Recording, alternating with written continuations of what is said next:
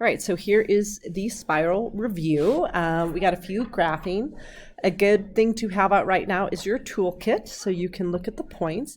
But for absolute value, we kind of suggested that we use these points. All right, and let's go ahead and get started. So we are going to have a flip because of the negative. All right, we're also going to have a stretch from the 3. We'll be going right 2, and we'll be going up 7. So if you look at your, blue toolkit page, we are graphing as a parent function the absolute value of x. So I'm going to be taking all of these numbers, putting them in here, and taking their absolute value, which just turns everything into a positive number. All right, because I have a flip and a stretch, I'll be using this -3 to make a new y column. So that's going to turn this into -6, -3, 0, -3, -6, crossing out the old y's. So we will start by graphing with 0, 0. And I'm going to move 0, 0 right to up 7. And then from there, I can think of that as my new starting point and go for this one, left 2, down 6. I can go left 1, down 3. I can go right 1, down 3. And then right 2, down 6. And then we get this upside down V shape. All right, let's go ahead and answer the questions below. So to do that, I will need my arrows. So this arrow is going left and down. This arrow is going right and down. I will be needing this point, which is 2, 7. So let's start with our range, which is going to be, and I made a mistake here.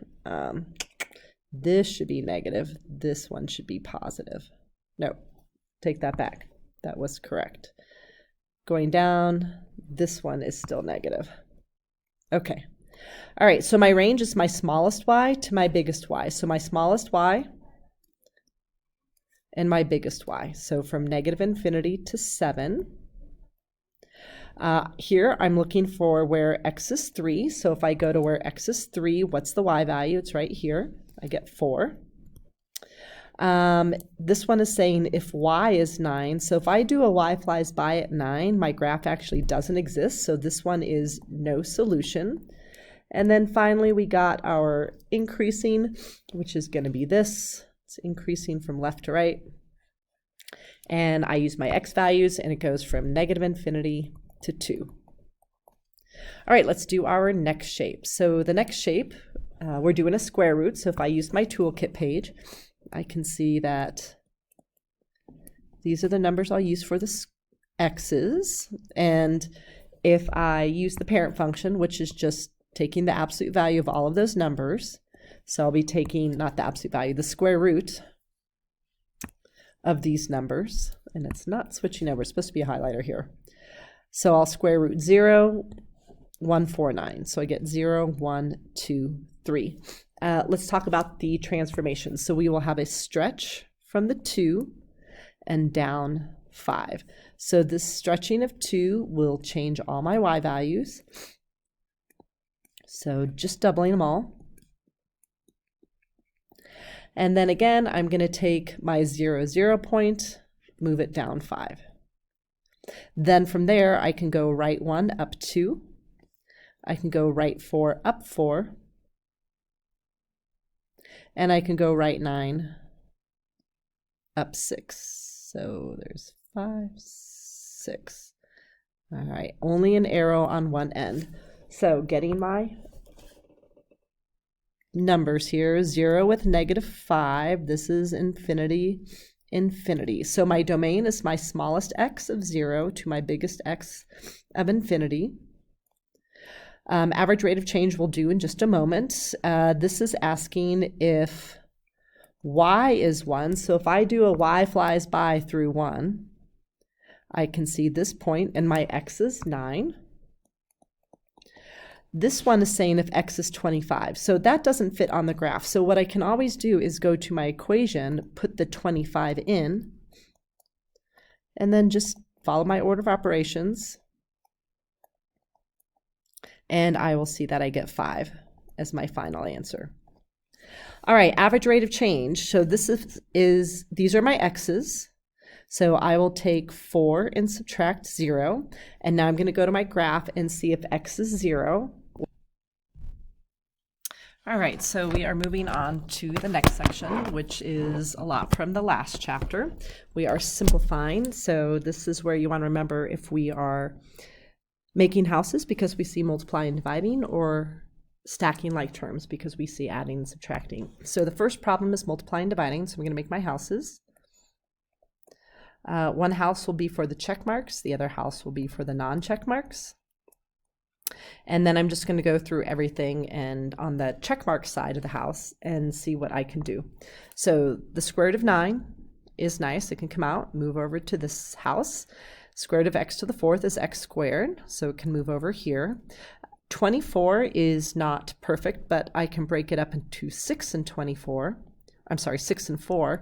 And then the 4 is perfect and can come over here and join this.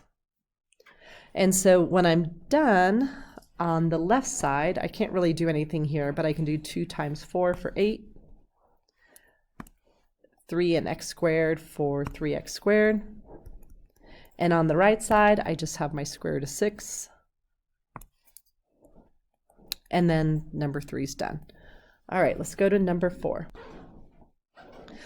So the next problem is adding. So I'm going to stack my like terms. But the goal of stacking like terms is to see what's alike so that we can add. So since I don't have like terms, I will go through simplifying my radicals. So 27, here's the 2. The 27 can turn into 9 and 3. And then the 9 can turn into a regular 3. And then when I'm done with this one, I get 6 square root of 3. So I'll do the same for the 75. So here's the 3. I'll break 75 into this. And then the 25 can become a 5. And so when I'm done here, I get 15 square root of 3. So now I'm ready to add. I will be adding the 6 and 15 because I have 21 of these square roots of 3. All right, next question. I do see multiplying and adding. So what I'm going to do is just get rid of the parentheses. So I'm going to distribute. So I'm going to get the square root of 4. And then here I'm going to get 2. And because these are both check marks, I'm just going to make it the square root of 36. From here, I hope you see that you get a 2. From the 36, I hope you see you get the 6. And then I can take 2 plus 12. And when I'm done, I get 14. All right, 6 is very similar in the fact that there are parentheses, but this is going back to first semester. So I'm going to distribute, get 28.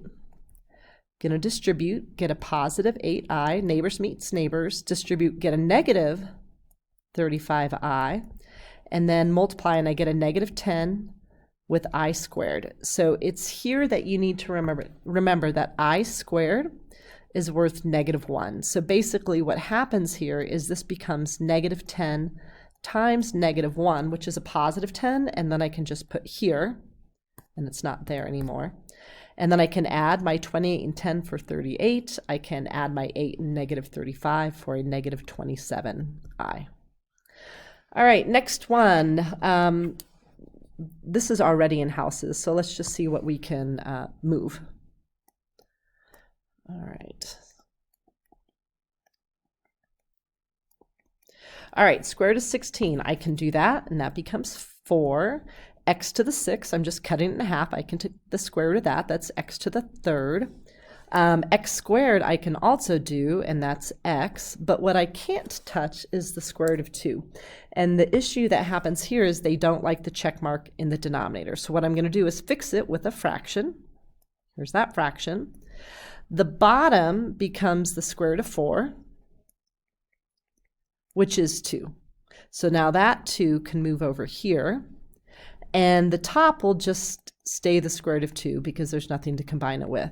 So when I'm done, for now, I have 4x cubed over 2x. I also have a square root of 2, and then I hope you realize that you can actually take the 4 and divide it by 2 for 2. X cubed over x is x squared, and then you've got that square root of 2 to come along. So this is what we're looking for in our final answer. All right, 8 is multiplying and dividing, so we're going to do houses, but before I do that, I'm going to distribute that negative exponent. So the denominator is y to the negative 10 and x to the negative 8. So now I can make my houses. So 2xy cubed in y. Then I'll have an x8 move to the top and an y10 move to the top. So as far as houses goes, my first house stays 2. My second house becomes x to the 9th. And my final house becomes y to the 14th. All right, next, that's the first page. Let's go ahead and get through the second page. All right, we've got all these functions, and definitely pay attention to the directions. All right, let's start with the first one. We have a composition composite function, and we are supposed to take f and put it into r. And remember, when we do this, f going into r will go right here. Now, the directions do say into standard form. So instead of x being squared, I'm going to have 2x plus 6. That will be squared. And then I still have the plus 5. So standard form just means you got to realize there's 2 of these 2x plus 6's. I'm going to have the neighbors meet. So I'm going to get 4x squared. I'm going to put it over here. A 12x. Another 12x, and then 36. So bringing this together. What I don't want to forget is this plus 5 still at the end, so I'll throw that at the end, and I'm going to get this as my new function. All right, next part. They want us to go to, here's another composition function, but we're going to evaluate. So this is where I would suggest you make the outer parentheses much bigger, and we're going to go to f's function. So let me do a little erasing here.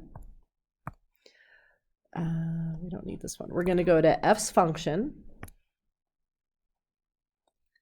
and we're going to put 2 in it. That's what this part says. Take f's function, put 2 in it. So that's what I'm going to do. I'm going to put 2 right in there. So that's 2 times 2 plus 6. So that's 4 plus 6. So I get 10. So f of 2 is gone, and I can replace it with 10. And then I can go to k's function. Here's k's function. And put my 10 in there. So into k's function, I'll put 10 in. And I'm going to get the square root of 14 plus 1, and I'm just going to leave it like that. If you want to turn it into a decimal, you can, but that's just fine. All right, next we are going to determine if f and h are inverses of each other. So f and h. And we're going to do that through composition functions. So the first time, I will take h and put it into f. So h is going into f right where that x is. And then I'm going to distribute and see if I get x. So first round of distributing, I get x minus 12, and then I have the plus 6, and then I get x minus 6. So this is no, these are not composite functions. Now, if you were to try the other one first, then I would have taken f, put it into h, so just so you can see that. So again, I'm going to distribute. I'm going to get x plus 3, take away 6, and then I get x minus 3. So either way, I'm not getting x. So the answer is no, these are not composition or inverses of each other. All right, next one, I'm going to go to F. And this says I'm going to put 7 in, and then I'm going to go to K's function, and I'm going to put 5 in. So let's go to F's function. Let's put 7 in. So that becomes 14 plus 6. That becomes 20. Then we can go to K's function and put 5 in.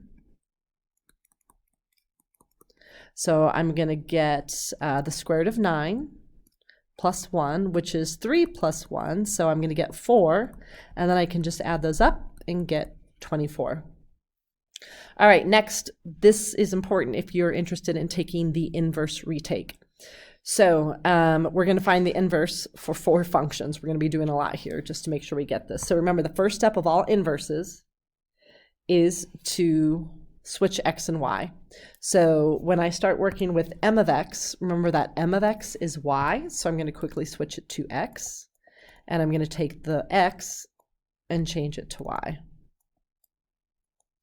All right, start to get x by itself. So the first thing I'm going to do is add 7, which turns the side into x plus 7 and gets rid of my minus 7. So I just got rid of addition, subtraction. I don't see any multiplication or division to get rid of. So now I'm going to get rid of this exponent with the check mark, with the cube root. So I'm going to cube root this side, which means I'm going to cube root this side. The left side is the cubed root of all of x plus 7. And the right side is just y plus 5. And now I just have to move my 5 over by subtracting. So when I move my 5 over, it doesn't get to go in the cubed root. X plus 7 is in the cubed root. The minus 5 will go outside. And if you remember, instead of m, we're going to write the inverse version of our function. So let's go to f of x. So f of x is 2x plus 6. So I'm going to make it x equals 2y plus 6, and now I'm going to find the inverse. So again, I'm going to subtract my 6 first, which leaves me with x minus 6 and 2y. And then I'm going to move my 2 by dividing, and you've got 2 options. One option is just divide the whole thing by 2, and then have this as your answer. The other option is, instead of dividing the whole thing by 2, just divide each part by 2, and then you could think of this as 1/2 x, and then minus 3. So either way, whichever you want to do. All right, let's go to k of x. So k of x is the square root of x plus 4 plus 1. So I'm going to go ahead and switch those around. So it's going to be the square root of y plus 4 plus 1. So the first thing I'm going to move is my addition, subtraction. So I'm going to subtract the 1. Again, I do not have any multiplication or division to move, so now to get rid of the exponent, I'll use, or the radical, I will use an exponent. And since there's a square root here, I'm going to square this whole side, which means I'm going to square this whole thing. So I show that by wrapping it in parentheses. The right side is y plus 4, and now I'll just move the 4 over through subtraction, and you can leave your answer like this. You could also, which some of you did on the last test, actually, get this to standard form. So through this, I would get x squared minus 2x plus 1, having all the neighbors meet. And then if I bring my minus 4 in here, it would be x squared minus 2x minus 3 as my inverse function. So either or, it doesn't matter, this one or this one. All right, last one, we're going to go to r's function and find its inverse, so x squared plus 5. So I'm going to move my subtraction first. And now to get rid of the squared, I will square root. And then it's just the square root of x minus 5 equaling y, but we are going to write the inverse version of the function instead. Okay, that is the first video.